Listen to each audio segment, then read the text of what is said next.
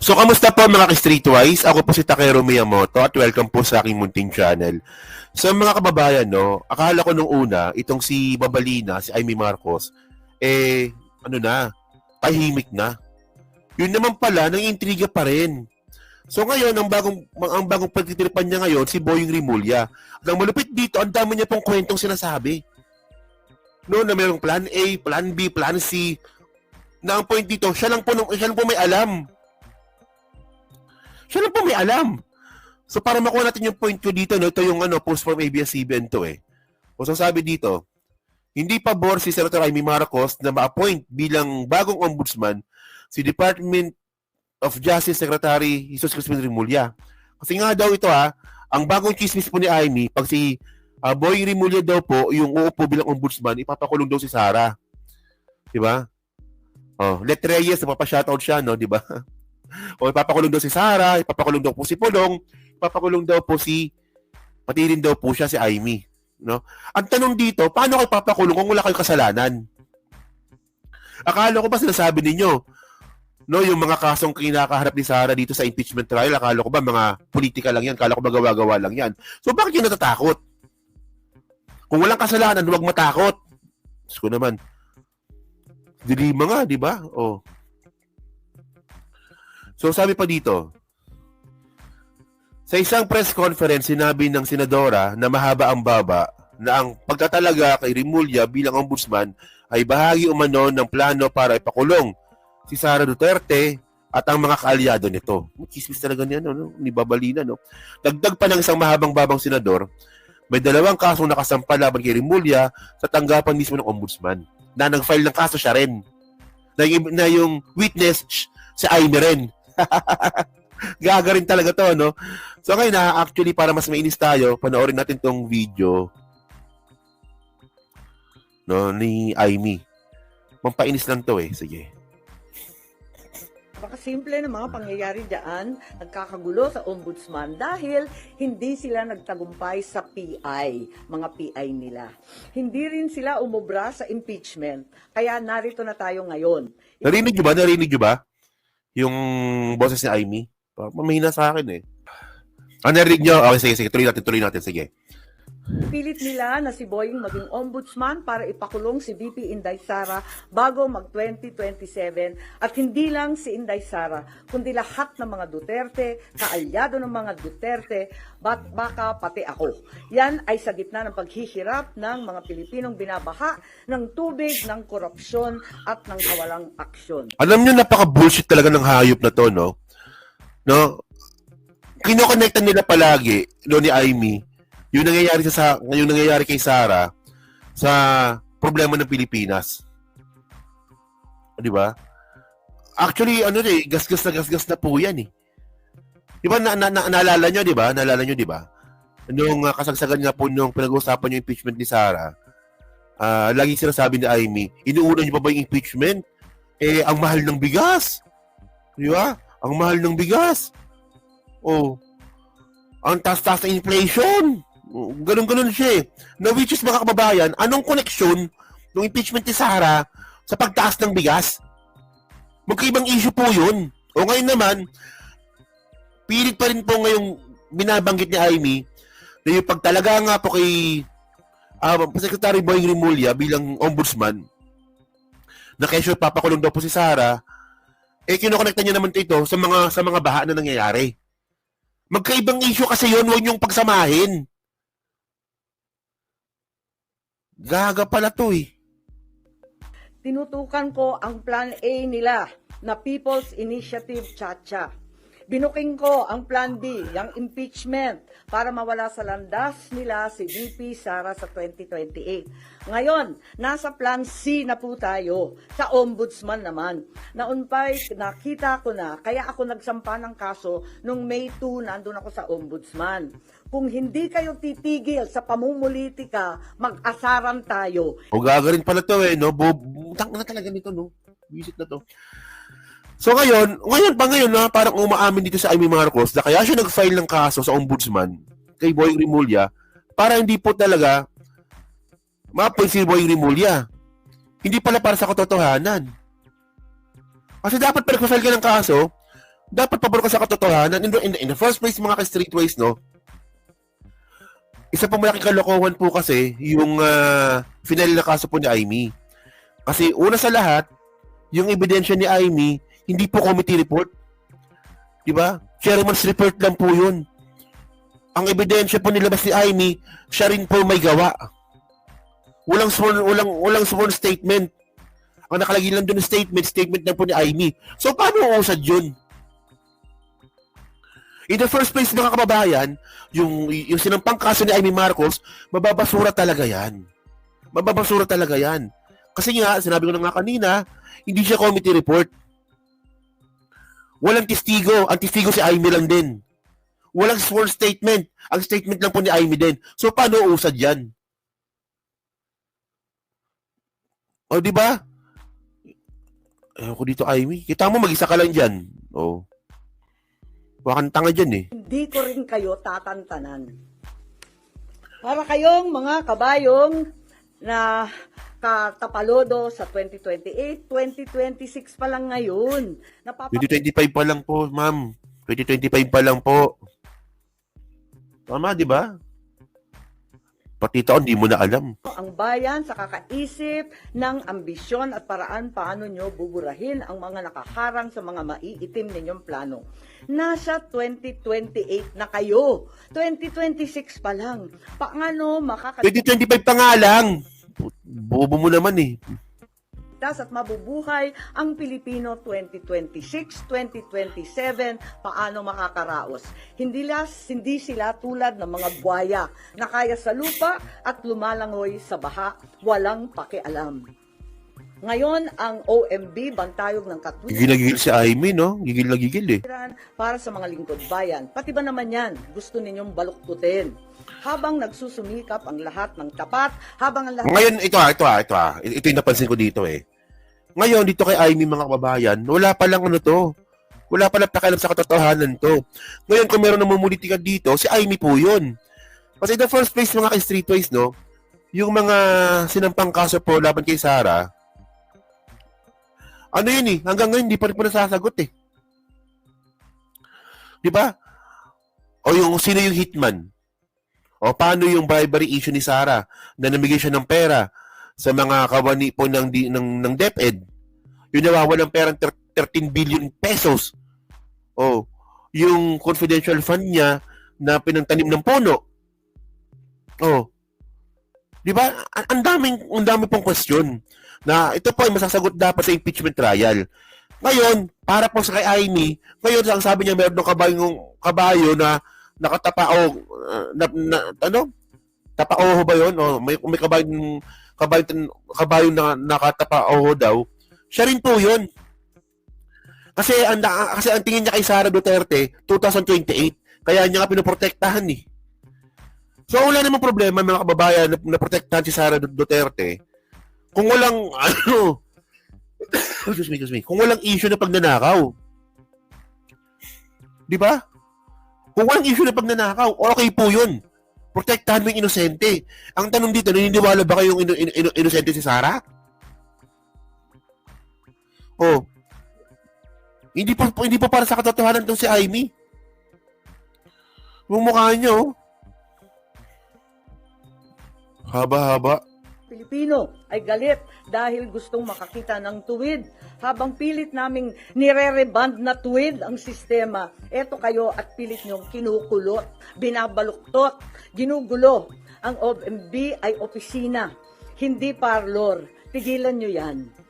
Ang mensahe ko naman kay bagong Deputy OIC Ombudsman Vargas ay simple lamang. Kung nayayanig ka na sa pressure, isabuhay mo na lang ang sikat ng kanta ni April Boy Regino. Kapag nariyan na ang suhol, itaas mo ang iyong dalawang kamay ng ganito at sabihin, hindi ko kayang tanggapin. Wala lang. Naloloka na ako. Yes po. Git ninyo na plano nila na Bali-baliw pala to, eh, no? Nakahero, ang init ng ulo ko kay Babalina. Tanga eh. Diba?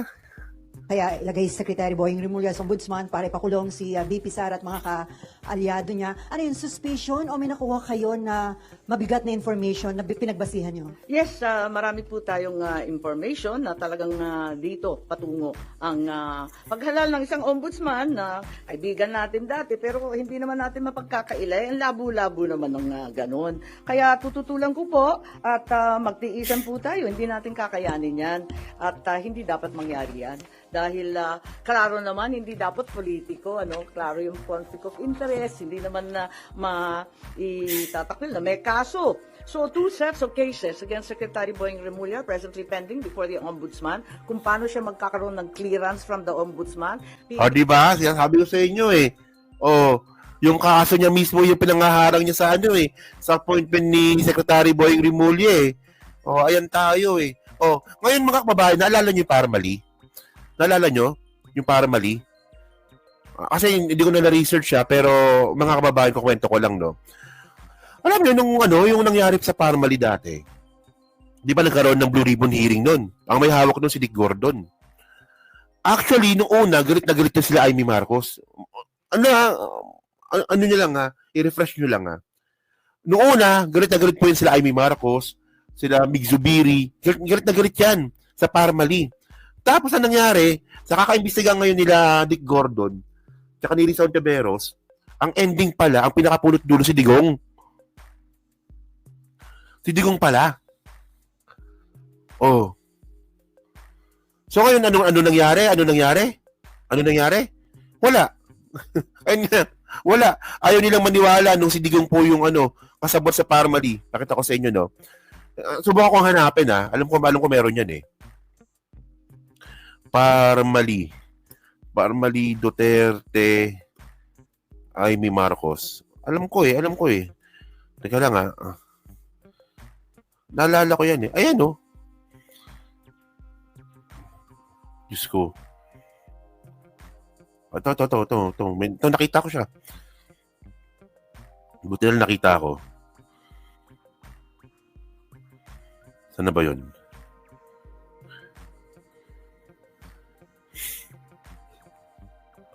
On the spot lang to Ayan We are a bit surprised Parmali report included Duterte says Amy. And actually, hindi nga nila pinirmahan ito. Hindi nila pinirmahan yan eh. Kasi dapat po kasi sa isang committee report, pipirma dapat dito yung mga miyembro ng committee sa Senado. So, nung nilabas nga po ni Dick Gordon yung kanyang committee report, hindi niya pinirmahan. Hindi po pinirmahan ni Amy. Tapos ngayon, pagmamalaki ngayon ni Amy na kinasuwa niya si Boying Rimulya, kaya dapat daw hindi daw ma-appoint. Para namang tanga-tanga mo naman ito.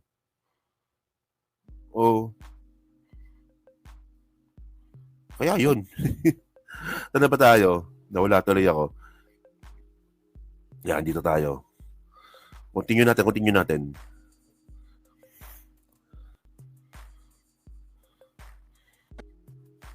Yan.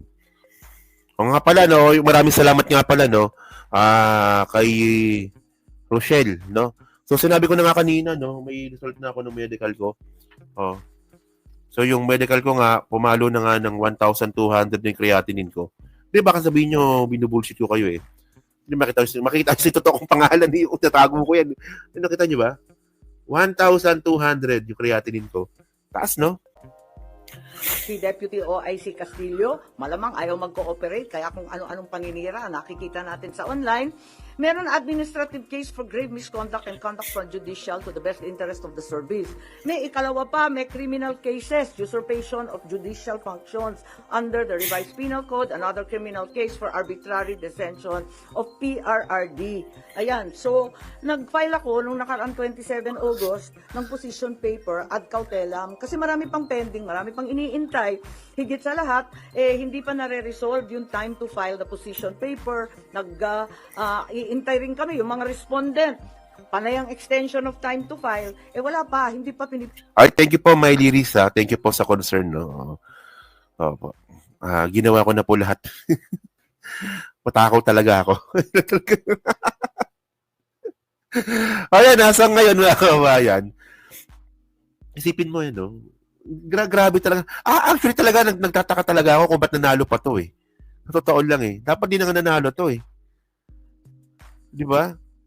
So ngayon, ang pinagmamalaki niya ngayon, yung ginawa ni Boyong Rimulya kay Duterte. No? Eh, paano naman yung ginawa ni Duterte sa taong bayan? Tanga ka ba, Amy? Hindi mo ba nakita na nagsimula yung anomalya sa flood control panahon ni Digong? Puta, lahat nila nakapalpakan, ginawa na ni Digong ah. Puta, mamamatay taon na nga, magnanakaw pa. O nagsimula pa yung korupsyon sa Pilipinas ng panahon ni Digong din. Lahat na lang ng kawalang yan nangyari kay Digong ah. Tapos ngayon, no? Pinagmamalaki mo yung kinaso mo kay Boyong Rimulya dahil sa ginawa niya kay Digong? Para naman gaga naman ito. Hindi ko alam, men. Diyos ko naman. Diyos ko. Pila, tapos yung counter affidavit pa. And then Marbil, si General Marbil, may motion to withdraw pa his Si Torre, kinasuhan din niya si Torre, no? join their affidavit. So ang dami pang nakatenga, dapat talaga pasok na yan sa preliminary investigation. Di naman nila pwedeng i-dismiss kasi umandar na yung kaso eh. Meron pa akong motion for clarificatory. O, di ba? Ang dami mo sinasabi, putang inan to, no? Tapos to kay Sara, tinaktikal ninyo. Ang dami niya sinabi, dapat ganito, dapat tuloy na yung kaso. Tapos kay Sara Duterte, natagtad ng ebidensya, tinaktikal ninyo. Wala sa katinuan to, men. Hearing. Meron pa akong motion for supplemental position paper. Kaya, ayun, nung nag-file ako nung 27 August, yung sumunod na araw, wala, tinanggal na si OIC Ombudsman Marie Flor Punsalan Castillo. Bigla-bigla ang pinasok yung Deputy Ombudsman sa Visayas, si Dante Vargas naman. Ang dai-daing naririnig, ang daming haka-haka, ang daming pinapakita na sinisiraan na nga si OIC Ombudsman Castillo na dati-rati, wala naman tayong naririnig tungkol dyan. Kung anong district engineer flood zone control, talaga naman nasa uso bigla. Ang totoo, ang balita, ang pagkakilala kay Justice Punsalan Castillo, hindi daw yan napapagsabihan kasi very independent-minded. Puro balita-balita to eh. No? Alam nyo pag ganyan, no? Sabi nito, ang sabi sa balita, balita ganito, puta gawa-gawa mo lang yan eh. Ewan ko ba? Well, by the way, no, kaya ko lang to kinontent, no? Gusto lang ipakita sa inyo na si Amy po hindi pa rin po natatapos sa kanyang kalokohan. Ganoon pa rin po siya. So ngayon, malinaw mga kababayan, no, na ang ginawa ngayon ni Amy, sinadya niya po talagang kasuhan si Boyong Rimulya, hindi po para sa katotohanan. Para po, maharangan lang po talaga yung posibleng appointment nga po ni Secretary Boyong Rimulya sa ombudsman. At tandaan natin mga kababayan, no, magiging sakit ng ulo talaga nila si Boyong Rimulya pag nagkataon. Kasi po, no, kasi ngayon po kasi OIC pa lang meron eh, di ba? OIC pa lang meron. So, malaki po yung chance na posibleng baka si Secretary Boyong Rimulya, kung siya ngayon ma-appoint, posible pang next year pa siya ma-appoint. Posibleng ganun, di ba? So, 7 years yun. 2034. Di ba matatapos yung term niya, 2034. So, tama no? Konti na lang yung ano. Kung si Sara man yung maging presidente, mahirapan sila kay Secretary Boyong Rimulya. Ano lang yun eh. Di ba? Yun yung sinasabi ni Amy na ipapakulong daw si Sara. O kung may kasalanan si Sara, dapat ipakulong. O kung walang kasalanan, ba't yung natatakot? O di ba? Takot sila maupo. Well, kaya nga mga babae malamang. Naku, pag sinabi ko, pag nagbanggit ako ng Torre dito, ng General Torre, baka may magalit. Hindi, kasi mga babae, mukhang mukhang ito talaga siguro yung isa sa mga dahilan kung bakit mas pinaboran ang mga Rimulya kumpara kay Torre. Sa tingin ko lang sa tingin ko lang talaga. In my own opinion, sa tingin ko lang. Malamang isa ito sa mga na-consider kung bakit mas pinaboran ng mga Rimulya kumpara pa kay General Torre. Kasi po, si Boyong Rimulya nga po, siya po yung iuupo ni PBBM dyan sa ombudsman. O, di ba? Tingin ko lang sa tingin ko lang So, yun. So yun mga kababayan, so kayo po, no, anong pong masabi nyo? Alas 12 na pala, no? Alas 12 na. So mamaya magigising pa ako ng alas 6 kasi papunta ako NKTA mamaya. Check up ko alas 6 ng umaga eh, no? So yun mga kababayan, no, so kayo po, no, ano po masabi nyo nga po dito sa bagong kalokohan po ni Aimee? Kayo ba naniniwala ba kayo sa mga sinasabi niya kanina? No? So, yun, sa pag-comment na po sa baba at binabasa ko itong lahat yan. Okay? At syempre, yun po sa Team Replay, pa-like, pa-subscribe. Hindi makalabisan, pa-share na po ng video po natin. No? And then, may last topic tayo.